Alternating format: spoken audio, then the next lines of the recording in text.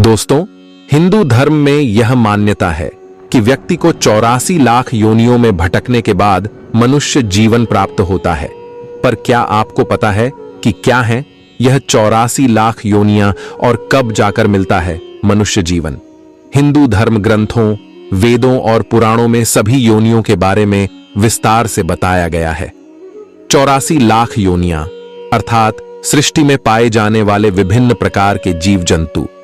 इन्हें दो भागों में बांटा गया है, जिनमें पहला योनिज और दूसरा आयोजित है।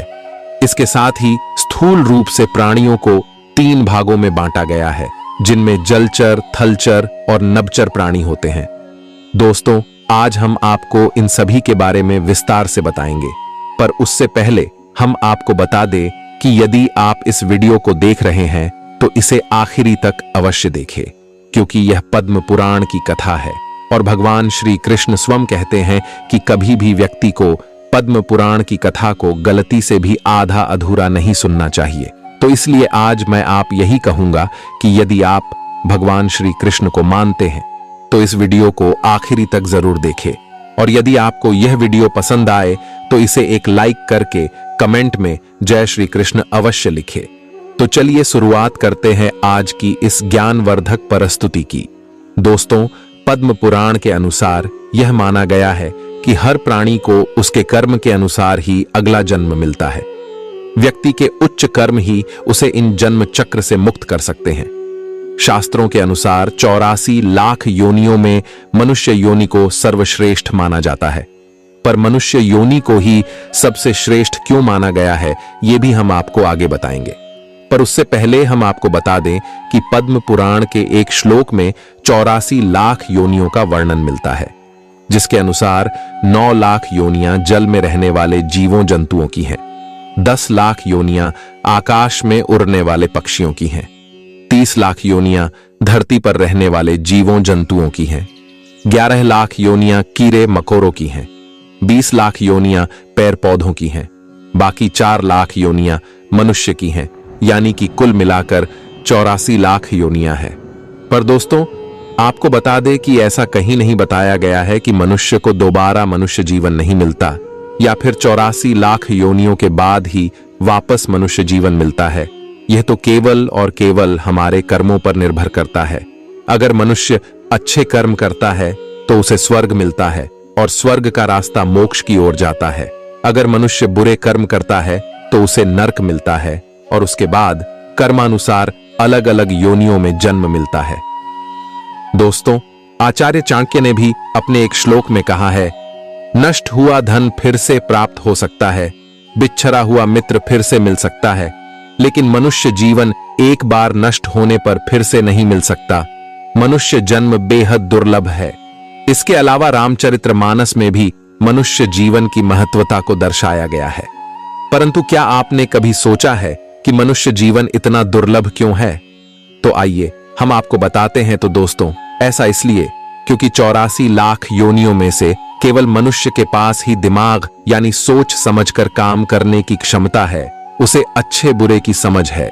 वह पाप पुण्य में भेद कर सकता है। वह धर्म अधर्म को जानता है। वो मानव ही है जिसे आत्मा परमात्मा का बोध हो सकता है। वो मानव ही है जो संसार का ज्ञान हासिल कर सकता है। अब यदि आप अपने बुरे कर्मों से मनुष्य जीवन को खो देते हैं तो आपको अन्य योनि में जन्म लेना पड़ता है, ऐसी योनि जिसमें सोचने समझने की समझ ही नहीं है। लिहाजा आप योनियों के कालचक्र में फंसते चले जाते हैं।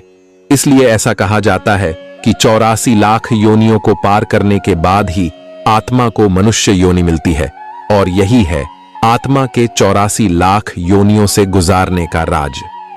पद्म पुराण में कहा गया है कि जब कोई आत्मा निर्धारित 84 लाख योनियां पूरी कर लेती है और उसके कर्म भी अच्छे होते हैं तो उसे पितृ या देव योनि प्राप्त होती है। इसके साथ ही वह जन्म जन्मांतर से मुक्त होकर बैकुंठ धाम चली जाती है, जबकि नीच कर्म करने वाली आत्मा को फिर से 84 लाख योनियों में जन्म लेने के लिए नीचे भेज दिया जाता है। वेद पुराणों में इसे दुर्गति कहा गया है, यानी कि किसी आत्मा के फिर से जन्म मृत्यु के चक्र में फंसने का फेर, जिसे एक आदर्श स्थिति नहीं मानी जाती। दोस्तों, सनातन धर्म की मान्यता के अनुसार जीवात्मा 84 लाख योनियों में भटकने के बाद ही मनुष्य जन्म पाता है। पर इसके बाद भी मनुष्य के मन में अक्सर कई सवाल होते हैं, जैसे कि योनियां आखिर होती क्या हैं। दूसरा यह कि जैसे कोई बीज अमरुद का है तो वह मरने के बाद भी तो अमरुद का ही बीज बनता है। क्या फिर मनुष्य को भी मरने के बाद मनुष्य ही बनना चाहिए? पशु को मरने के बाद पशु ही बनना चाहिए? क्या मनुष्य आत्माएं पाशविक योनियों में जन्म नहीं लेती? या कहीं ऐसा तो नहीं कि 84 लाख की धारणा महज एक मिथक भर है? तीसरा सवाल यह कि क्या सचमुच ही एक आत्मा या जीवात्मा को 84 लाख योनियों में भटकने के बाद ही मनुष्य जन्म मिलता है? तो आइए इन सभी के बारे में हम आपको बताते हैं। जैसा कि सभी को पता है कि मादा के जिस अंग से जीवात्मा का जन्म होता है उसे हम योनि कहते हैं। इस तरह पशु योनि, पक्षी योनि, कीट योनि, सर्प योनि, मनुष्य योनि आदि। उक्त योनियों में कई प्रकार के उपप्रकार भी होते हैं। योनियां जरूरी नहीं कि 84 लाख ही हों। वक्त के साथ अन्य तरह के जीव जंतु भी उत्पन्न हुए हैं। आधुनिक विज्ञान के अनुसार अमीबा से लेकर मानव तक की यात्रा में लगभग 1 करोड़ 4 लाख योनियां मानी गई हैं। ब्रिटिश वैज्ञानिक रॉबर्ट एम मे के अनुसार दुनिया में 87 लाख प्रजातियां हैं। उनका अनुमान है कि कीट पतंगे, पशु पक्षी, पौधा पादप, जलचर थलचर सब मिलाकर जीव की 87 लाख प्रजातियां हैं। गिनती का थोड़ा बहुत अंतर है, लेकिन यह महत्वपूर्ण है कि आज से हजारों वर्ष पूर्व आर्षि मुनियों ने बगैर किसी साधन और आधुनिक तकनीक के यह जान लिया था कि योनियां 84 लाख के लगभग हैं। गर्भ विज्ञान के अनुसार क्रम विकास को देखने पर मनुष्य जीव सबसे पहले एक बिंदु रूप होता है, जैसे कि समुद्र के एक कोशीय जीव। वही एक कोशीय जीव बाद में बहुकोशीय जीवों में परिवर्तित होकर क्रम विकास के तहत मनुष्य शरीर धारण करते हैं। स्त्री के गर्भावस्था का अध्ययन करने वालों के अनुसार जंतुरूप जीव ही स्वेदज, जरायुज, अंडज और उद्भिज जीवों में परिवर्तित होकर मनुष्य रूप धारण करते हैं। मनुष्य योनि में सामान्यतः जीव 9 माह और 9 दिनों के विकास के बाद जन्म लेने वाला बालक गर्भावस्था में उन सभी शरीर के आकार को धारण करता है जो इस सृष्टि में पाए जाते हैं। गर्भ में बालक बिंदु रूप से शुरू होकर अंत में मनुष्य का बालक बन जाता है, अर्थात वह 83 प्रकार से खुद को बदलता है। बच्चा जब जन्म लेता है तो पहले वह पीठ के बल पड़ा रहता है, अर्थात किसी पृष्ठवंशीय जंतु की तरह। बाद में वह छाती के बल सोता है। फिर वह अपनी गर्दन वैसे ही ऊपर उठाता है जैसे कोई सर्प या सरीसृप जीव उठाता है। तब वह धीरे धीरे रेंगना शुरू करता है। फिर चौपायों की तरह घुटने के बल चलने लगता है। अंत में वह संतुलन बनाते हुए मनुष्य की तरह चलता है। भय, आक्रामकता, चिल्लाना, अपने नाखूनों से खरोंचना, ईर्ष्या, क्रोध, रोना, चीखना आदि क्रियाएं सभी पशुओं की हैं जो मनुष्य में स्वतः ही विद्यमान रहती हैं। यह सब उसे क्रम विकास में प्राप्त होता है। श्रीमद् भागवत पुराण के अनुसार विश्व की मूलभूत शक्ति सृष्टि के रूप में अभिव्यक्त हुई और इस क्रम में वृक्ष, सरीसृप, पशु पक्षी, कीड़े मकोड़े, मत्स्य आदि अनेक रूपों में सृजन हुआ, परंतु उससे उस चेतना की पूर्ण अभिव्यक्ति नहीं हुई। अतः मनुष्य का निर्माण हुआ जो उस मूल तत्व ब्रह्म का साक्षात्कार कर सकता था। अब जानते हैं क्या मनुष्य मरने के बाद मनुष्य और पशु मरने के बाद पशु ही बनता है? तो हम आपको बता दें कि क्रम विकास के हिंदू और वैज्ञानिक सिद्धांत से हमें बहुत कुछ सीखने को मिलता है, लेकिन हिंदू धर्मानुसार जीवन एक चक्र है। इस चक्र से निकलने को ही मोक्ष कहते हैं। माना जाता है कि जो ऊपर उठता है एक दिन उसे नीचे भी गिरना है, लेकिन यह तय करना है उस आत्मा की योग्यता और उसके जीवन संघर्ष पर। यदि यह मान लिया जाए कि कोई पशु आत्मा पशु ही बनती है और मनुष्य आत्मा मनुष्य, तो फिर तो कोई पशु आत्मा कभी मनुष्य बन ही नहीं सकती।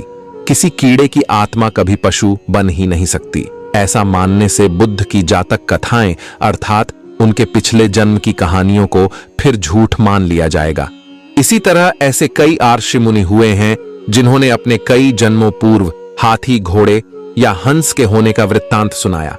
तो यदि यह कोई कहता है कि मनुष्य आत्माएं मनुष्य और पशु पक्षी की आत्माएं पशु या पक्षी ही बनती हैं, वे सैद्धांतिक रूप से गलत हैं। हो सकता है कि उन्हें धर्म की ज्यादा जानकारी न हो। दोस्तों, दरअसल उक्त प्रश्न के उत्तर को समझने के लिए हमें कर्म भाव, सुख दुख और विचारों पर आधारित गतियों को समझना होगा। सामान्य तौर पर 3 तरह की गतियां होती हैं: ऊर्ध्व गति, स्थिर गति और अधोगति। दोस्तों, प्रत्येक जीव की ये 3 तरह की गतियां होती हैं। यदि कोई मनुष्यात्मा मरकर ऊर्ध्व गति को प्राप्त होती है तो वह देवलोक को गमन करती है। स्थिर गति का अर्थ है कि वह फिर से मनुष्य बनकर वह सब कार्य फिर से करेगा जो कि वह कर चुका है। अधोगति का अर्थ है कि अब वह संभवतः मनुष्य योनि से नीचे गिरकर किसी पशु योनि में जाएगा, या यदि उसकी गिरावट और भी अधिक है तो वह उससे भी नीचे की योनि में जा सकता है।